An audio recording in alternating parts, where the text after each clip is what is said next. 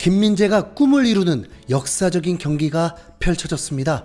나폴리 소속으로 5경기에서 대활약을 하며 이미 이탈리아 8월 베스트 11에 선정된 김민재가 챔피언스리그 우승 후보라 불리는 B클럽 리버풀을 상대하게 되었습니다. 리버풀이 중원의 부상자 속출로 어려움을 겪고 있는데도 여전히 우승 후보라고 평가했다 보니 나폴리가 아무리 잘 나가도 리버풀에게 어렵지 않을까 예상도 했는데 충격적인 결과가 나오게 됩니다. 리버풀을 상대로 4골을 넣을 뿐만 아니라 경기조차 게임이 안 되게 나폴리가 지배해 버렸습니다. 그게 가능할 수 있었던 것은 김민재도 골 못지않은 대활약을 펼쳤기 때문입니다. 2022-2023 챔피언스리그 나폴리 대 리버풀.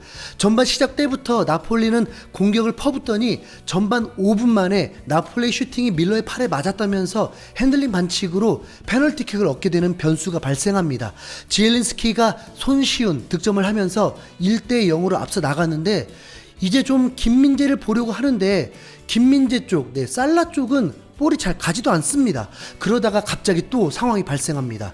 전반 18분 만에 왼쪽 박스 안에서 충돌이 발생했고 오시멘이 넘어지면서 고통스러워했는데 리버풀은 공격을 이어나가려 했습니다. 그런데 오시멘이 그대로 누워있었고 주심은 VAR 판정 얘기를 듣고 곧바로 모니터링을 하려고 달려갑니다. 클럽은 제지하려는 듯 거기 왜 가는 거예요? 하는 작은 항의가 있었는데 주심은 여지없이 또 페널티킥을 찍었습니다. 반다이크가 오시멘의 발을 밟아버린 것입니다. 반다이크는 경고까지 받게 됩니다. 바로 김민재의 판정승이라 볼 수 있죠. 이렇게 빨리 2대 0이 될 줄은 몰랐습니다. 페널티킥 오시멘이 못 넣었어요. 알리송이 이번에 선방을 펼치면서 페널티킥 2번 중 1번은 막는 50%의 성공률을 보여줬습니다. 리버풀은 알리송의 활약에도 나폴리의 경기력을 쫓아가지 못했습니다. 2대 0은 31분에 안기사가 넣었던 것입니다. 우선 리버풀이 공격이 되어야 할 거 아닙니까? 그런데 리버풀의 살라, 디아즈, 피르미노의 공격이 나폴리에게 전혀 통하지 않습니다. 굉장한 의문이 생기게 되는데 김민재 앞에서 살라가 숨도 못 쉴 지경으로 막혀 있었습니다. 김민재는 리그에서와 다르게 리버풀을 존중하듯 함부로 라인을 올라오지 않고 버티고 있었습니다. 그래서인지 더욱 리버풀은 공격이 제대로 이루어지지 않았습니다. 나폴리는 31분에 안기사가 추가골을 넣으며 2대 0으로 앞서 나갔고 전반 종료 직전 44분에 시메오네, 아틀레티코 마드리드 아들인 시메오네가 또 넣으면서 그 자리에서 감격의 눈물을 흘리는 세레머니를 펼치면서 리버풀을 상대로 3대 0으로 전반을 마무리합니다. 토트넘 경기와 함께 병행해서 보고 있다 보니까 한번 다시 정리가 필요했습니다. 김민재는 전반 10분에 리버풀의 프리킥 상황에서 아무렇지 않게 볼을 커버하며 공격을 끊어줬고 25분 리버풀의 역습에서도 살라에게 패스한 볼을 또 미리 차단하면서 헤딩으로 걷어내버리고 38분에도 슈팅을 미리 방향을 잃고 차단했습니다. 41분에는 대박 퍼포먼스를 선보입니다. 또 살라에게 오는 볼을 차단하더니 디아즈에게 세컨볼이 왔는데 그마저도 스텝을 밟으며 디아즈의 움직임을 파악하고 역시나 위기 자체를 지워버렸습니다. 진짜 과거에 검증이 안 됐을 뿐이지 김민재 월드클래스 맞습니다. 2년 안에 B클럽 분명히 가게 될 것 같습니다. 최근 나폴리에서 김민재의 활약으로 한 이탈리아 매체는 김민재가 프리미어리그에서는 이적료가 1,000억까지 치솟을 수 있다고 전망했었습니다. 터키로 갈 때 이적료 35억인 선수가 나폴리로 갈 때 250억이 되더니 나폴리 구단은 바이아웃을 설정하면서 약 600억을 걸어놨는데 2년 뒤에는 최소 금액이 700억에서 1000억까지 뛸 거라고 한 것입니다. 전반전만 봐도 김민재의 눈독 들이는 팀들이 많을 듯 보였습니다. 리버풀이 중원이 문제였지 쓰리톱은 그대로였는데 김민재에겐 전혀 통하지 않았습니다. 전반전 3대 0에서 더 고민이 됐던 건 나폴리가 더 골을 넣으면 어떡하지? 라는 걱정이 되었습니다. 리버풀이 본머스를 상대로 9대 0으로 승리하면서 기가 다시 살아나나 했는데 나폴리한테 완전 발리고 있었다 보니 실력차가 느껴졌습니다. 프리미어리그 자존심이 있는 거잖아요. 네. 나폴리는 후반 시작하자마자 지엘린스키가 슈팅을 선보였고 알리송이 막아낸 세컨볼을 그대로 다시 슈팅하며 득점을 해버립니다. 그나마 2분 뒤에 디아즈에게 기회가 오면서 한 골을 만회하긴 했는데 딱 거기까지였습니다. 후반 12분에는 리버풀이 살라에게 롱패스를 보내줬는데 김민재에게도 막히면서 차단되었습니다.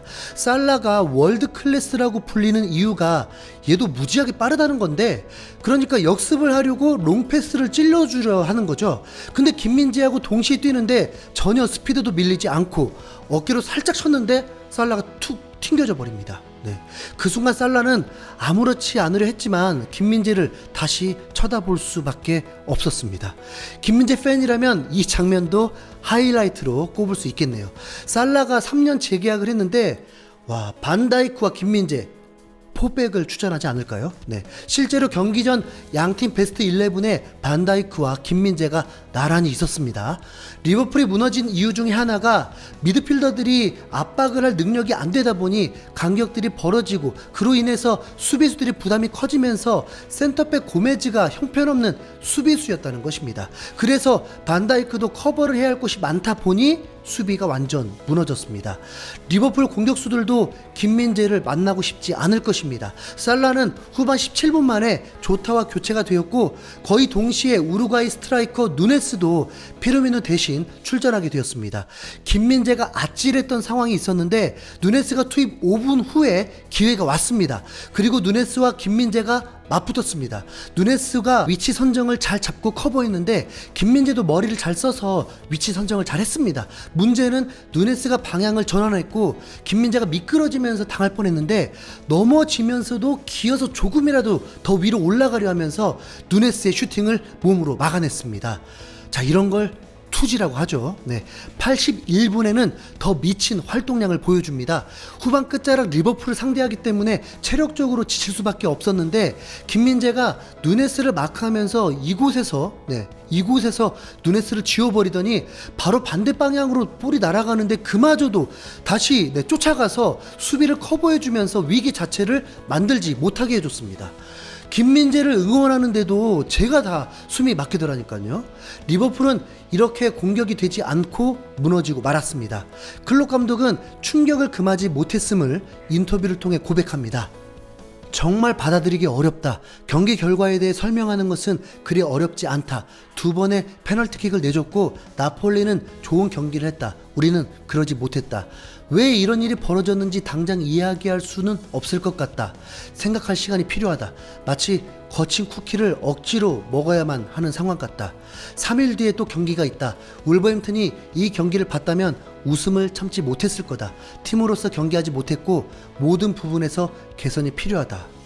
네. 스팔레티 감독은 김민재는 이 경기 스탯이 클리어링 6회, 슈팅 차단 3회, 인터셉트 2회, 태클 3회로 박수밖에 나오지 않는 활약이었습니다. 거기다 김민재가 한 가지 그 비밀 잘 숨겨놓기까지 했습니다.